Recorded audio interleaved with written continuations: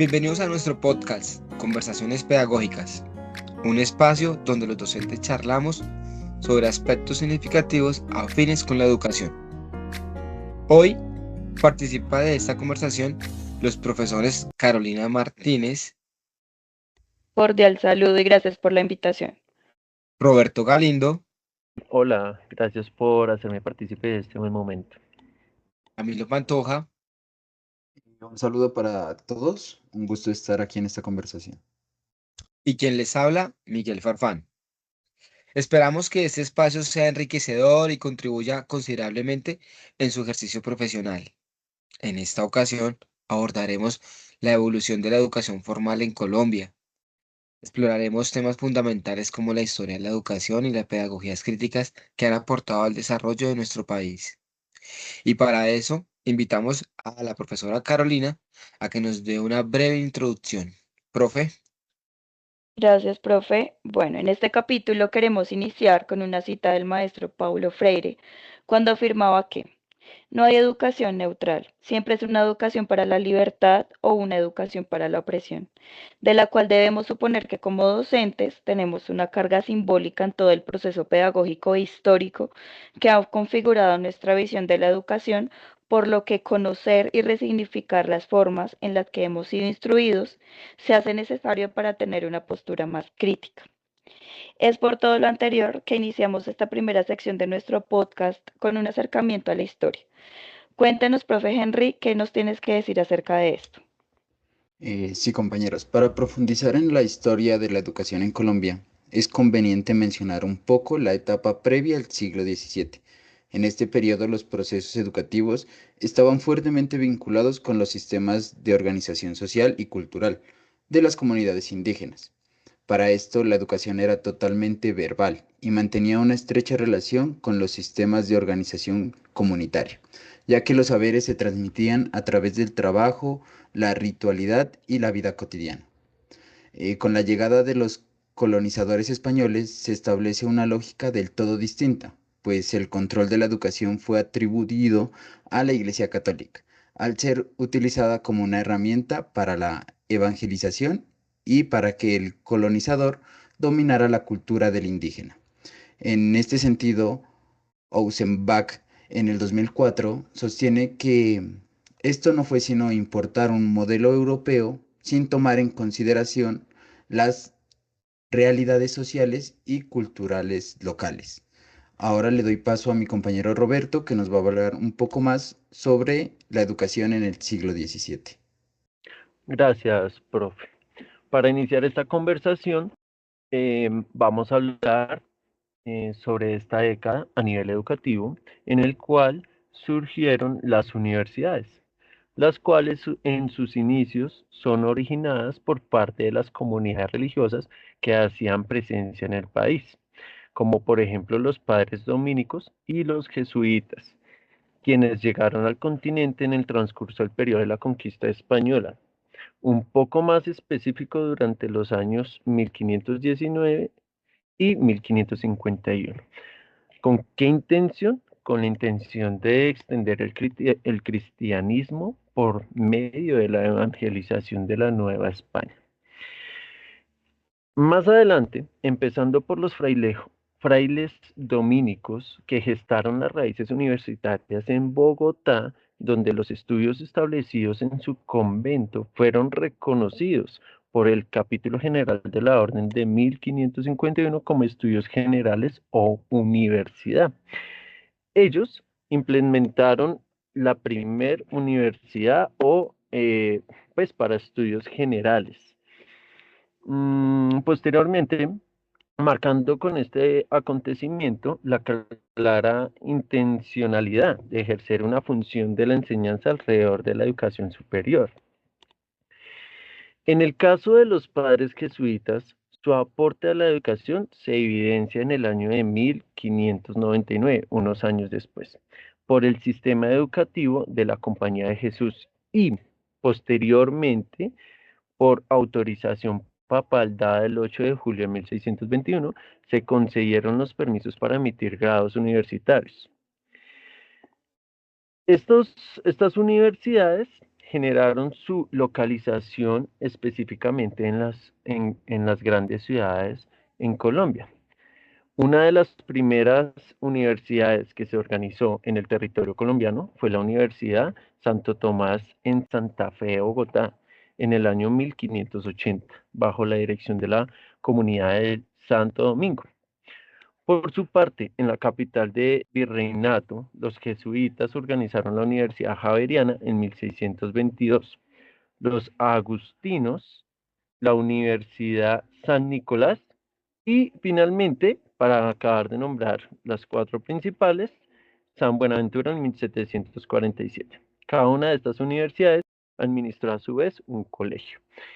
Vamos a darle paso, finalizo acá y le doy paso a la profe Carolina.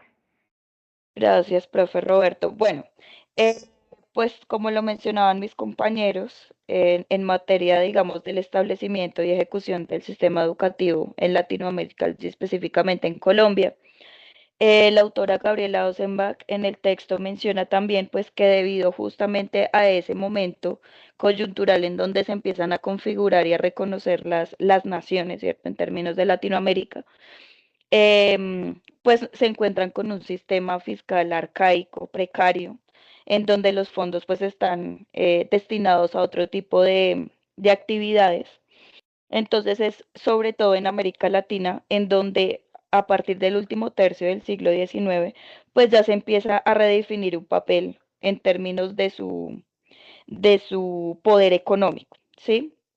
Entonces, con todas estas dinámicas y conflictos internos, junto con todo el tema migratorio que pues deviene de toda esta evolución en términos de nación, pues se establece un Estado, ¿cierto?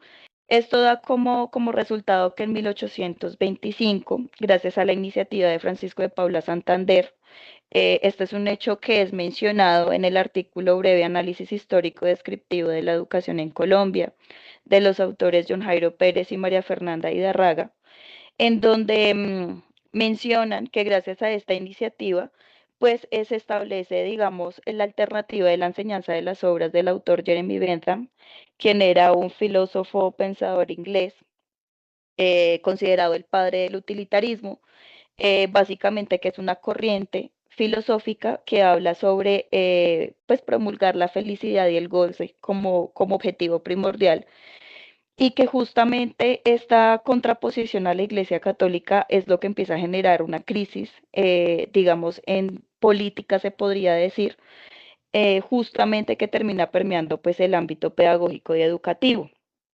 Entonces nos encontramos aquí con el tradicionalismo amparado por los denominados conservadores y también pues está por otro lado los liberales, quienes empiezan a tener otro tipo de acepciones y que a su vez empiezan a ver como la compresión de lo público y de la libertad individual. Pues esto a su vez nos deja entrever cuál es el rol docente frente a esta postura política que es inherentemente adscrita a la pedagogía y que empezamos a ver cómo también, valga la redundancia, empieza a configurar el rol docente. Para terminar ya con este breve análisis de la parte histórica de la educación en Colombia, entonces le doy paso a mi compañero Miguel. Gracias, profe. Bueno, pues también cabe mencionar, como lo estaba diciendo la profe, que hubieron influencias externas, pues que marcaron un peso significativo en las políticas educativas de nuestro país. Em, Esas políticas externas, ¿sí? Así como lo menciona Pérez Vargas, son reconocidas por conflictos partidistas y por luchas del poder.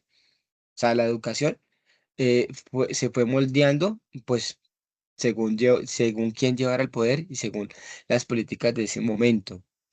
Estos tuvieron unas incidencias, pues, directas en los cambios del sistema educativo, configurándolo como un espacio de disputa y negociación constante, ¿no? Entonces, actualmente, pues, la educación enfrenta nuevos retos, como la globalización, las tecnologías digitales y las plataformas virtuales que están transformando la forma de cómo se enseña y cómo se aprende. Aunque estos cambios pues ofrecen oportunidades para mejorar el acceso y la calidad de la educación, también es necesario tener en cuenta ideas como las de Guerrero, quien menciona la importancia de tener prudencia en el uso y el manejo de esas herramientas, con el fin de mantener valores fundamentales, valores como la justicia social, como la igualdad, la sostenibilidad, de tal forma que se promueva una educación inclusiva, crítica y de transformación social, así como lo menciona John Jairo Pérez Vargas, 2019.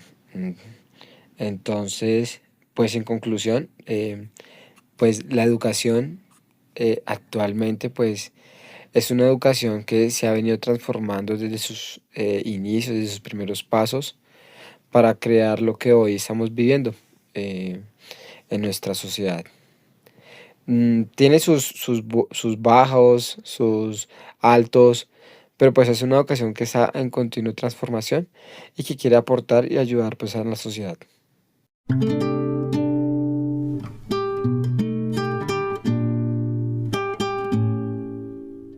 Sí, a mí me parece que los colombianos tenemos en esencia un problema.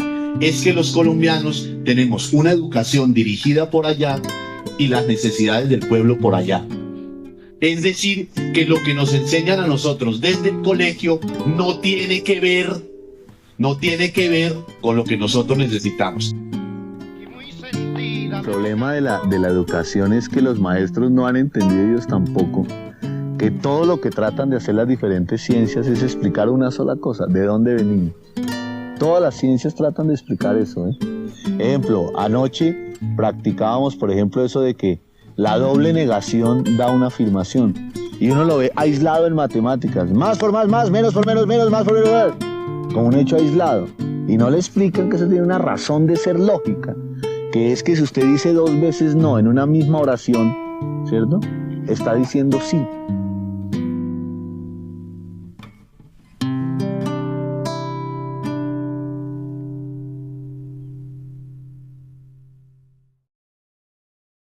Vamos a abordar cómo lo político ha transformado la educación en Colombia y empezamos en la década de 1920, específicamente en la Escuela de Frankfurt en Alemania.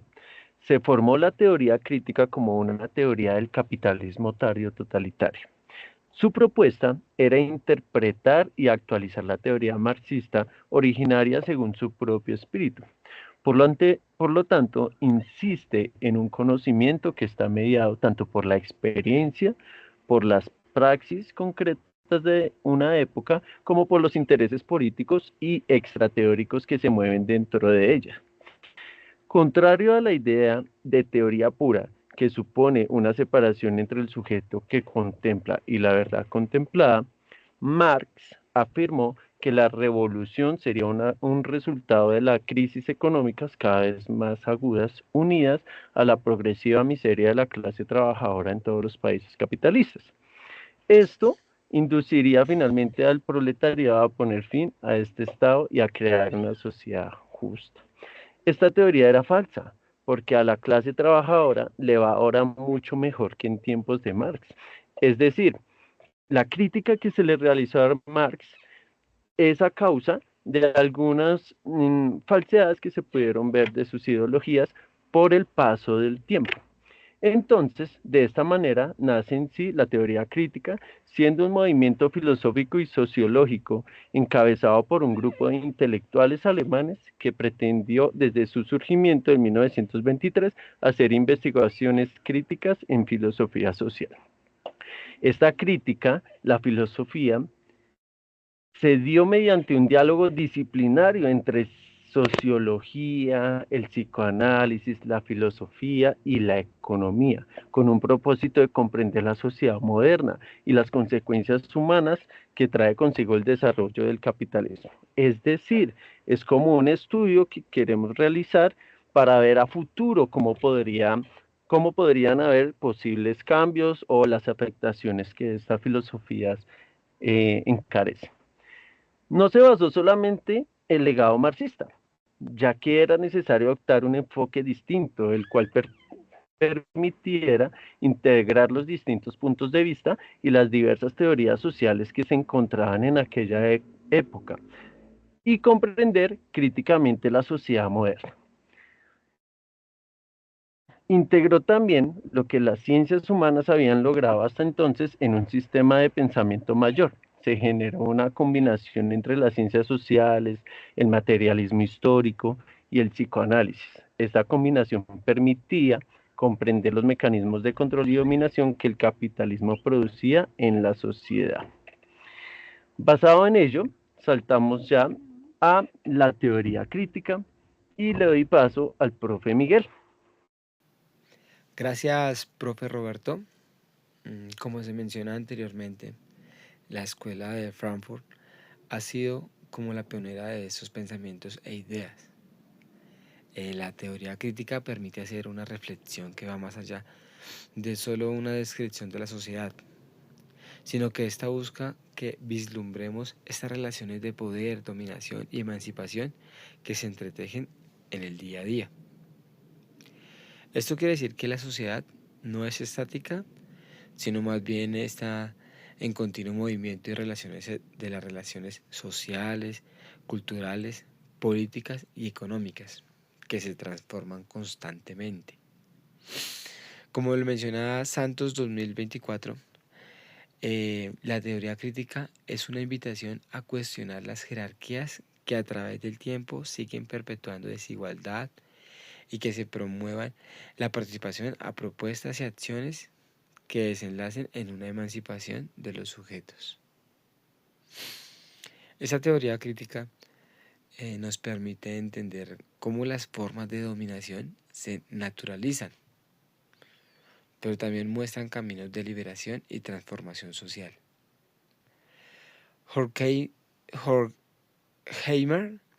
1972, en sus palabras, él menciona que la teoría crítica permite diferenciar las manifestaciones de dominio y las de emancipación y libertad, resaltando la importancia de las relaciones sociales.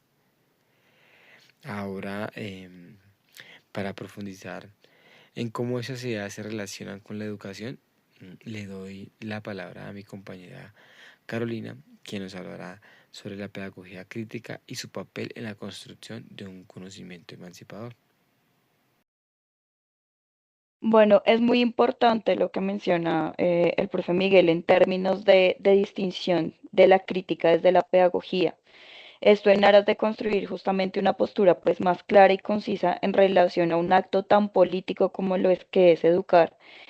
Y tal como lo menciona Henry Giroux en su texto La pedagogía crítica en tiempos oscuros, en el cual vislumbra una visión de pedagogía distinta y en la que cito, abro comillas, tanto en los discursos conservadores como en los progresistas, la pedagogía es a menudo tratada como un conjunto de estrategias y habilidades para usar con el objetivo de enseñar temas especificados con anterioridad.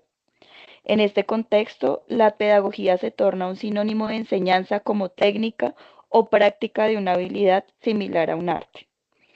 Y es que justamente tomando esta cita del autor Henry Giroux como referente, es desde esta perspectiva que entendemos realmente cómo es que concebimos o cómo se concibe la pedagogía a partir pues, de la pedagogía crítica.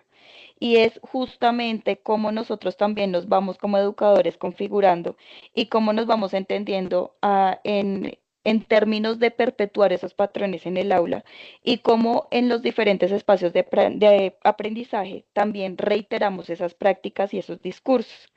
Entonces es importante entender también que el autor menciona que desde esta postura de la pedagogía crítica, no solamente restringe la pedagogía como una práctica, como una forma de comprender las diferentes metodologías para permitir que los estudiantes simplemente aprendan, sino también resaltar esas situaciones particulares que se dan en el aula, tener una postura frente a cómo nos gustaría a nosotros enseñar o aprender incluso. Y hay una pregunta muy importante que el autor resalta allí, y es cuál es la relación existente entre el aprendizaje y el cambio social. Esto justamente nos invita a hacer un ejercicio de autorreflexión de cuál es el rol de nosotros, que no somos solo actores, sino que ni observadores, sino que estamos en todo el proceso de transformación social. Por último, pues le voy a dar la palabra a mi compañero Henry para que culmine con esta sección del podcast. Claro, compañera. Sin embargo, al tratar una pedagogía crítica en términos de transformación, el enfoque propuesto por López en el 2009 no puede ser ignorado, ya que interpreta esta tendencia como un método educativo innovador desde el cual se pueden lograr aprendizajes realmente significativos en la educación. Desde esta perspectiva, el aprendizaje no se limita a la acumulación de información, sino que parte del contexto, la experiencia y los intereses del estudiante, como señala la autora. La pedagogía crítica parte de la realidad del estudiante, la situación, en su contexto, le permite comprender y actuar sobre él, promoviendo una educación transformadora y significativa. Esto nos implica que el aula debe ser un espacio de diálogo, no de imposición, un espacio en el que se favorecen la reflexión, el pensamiento crítico y la toma de conciencia ante la realidad social. Ahora, para cerrar este diálogo, le doy paso a mi compañero Miguel Ángel Farfán, para que nos va a colaborar con unas conclusiones. Claro que sí, Henry. Entonces, mm, pues con todo lo que hemos dialogado el día de hoy, mm, pues una de las conclusiones que tenemos es que pues la historia educativa del país es producto de un proceso dinámico y complejo, donde las influencias internas, externas, esta teoría crítica, esas pedagogías críticas de la Escuela de Frankfurt, de Estados Unidos, sí, estas teorías de Europa, pero tampoco podemos descartar pues cómo fue la religión y la política se han relacionado con influencias externas, creando un panorama en constante transformación. El reto actual es aprovechar la historia para construir un sistema educativo que sea más equitativo, participativo y capaz de responder a las necesidades del mundo. Siempre con una visión enfocada en el bienestar y el desarrollo de toda la sociedad colombiana.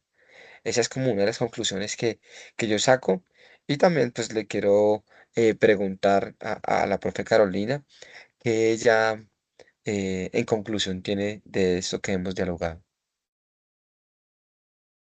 Bien, pues como conclusión considero que se hace necesario hacer un ejercicio autocrítico, alejándonos incluso de las formas en las que fuimos educados y que tenemos tan arraigadas que tal vez en algunas oportunidades perpetuamos en nuestros espacios de enseñanza. Y con esto pues me remito a una cita de Paulo Freire en La pedagogía del oprimido, cuando menciona que de ahí que la conciencia opresora tiende a transformar en objeto de su dominio todo aquello que le es cercano. La tierra, los bienes, la producción, la creación de los hombres mismos, el tiempo en el que se encuentran los hombres y todo esto como se reduce a objetos de su dominio. Y es a la luz de esta cita que es importante discernir si nos convertimos a sí mismos en un ejecutor de esa opresión desde cierta posición de poder como educadores o si realmente queremos tener una postura más crítica y bajo la bandera de la educación situada, aterrizada y consecuente con nuestro contexto social y cultural, pues podamos tener prácticas pedagógicas más significativas. Y es así que le doy paso entonces a mi compañero Henry. Listo, compañeros, de esta conversación nos queda bastante claro que no podemos hablar de educación sin primero hablar de historia, de política y de justicia social. Pero necesitamos una educación que dialogue con nuestras raíces, que valore los saberes locales y que prepare para transformar, no solo para que los estudiantes se adapten a un contexto actual. Ahora le doy paso a mi compañero Roberto para que nos dé su conclusión final.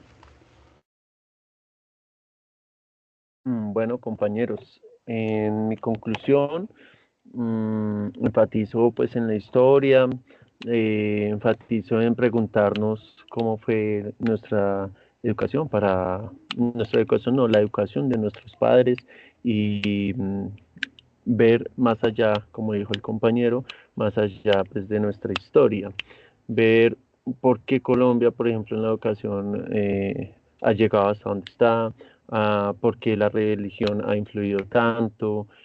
Ha sido muy interesante compartir con ustedes ese aspecto, ver un pequeño estudio de siglo a siglo de cómo se ha transformado la educación y cómo ha influido pues, en nuestros ambientes, ¿no?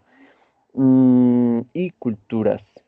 Agradezco a mis compañeros para dar final a este tema por este momento y doy fin a este espacio pedagógico. Muchas gracias, compañeros. Bueno, de esta forma nos despedimos. Esperamos que haya sido de su agrado. Esperamos sus aportes, su retroalimentación, sus comentarios. Estamos aquí para escucharlos y para dialogar acerca de la educación de nuestro país. Muchas gracias a todos.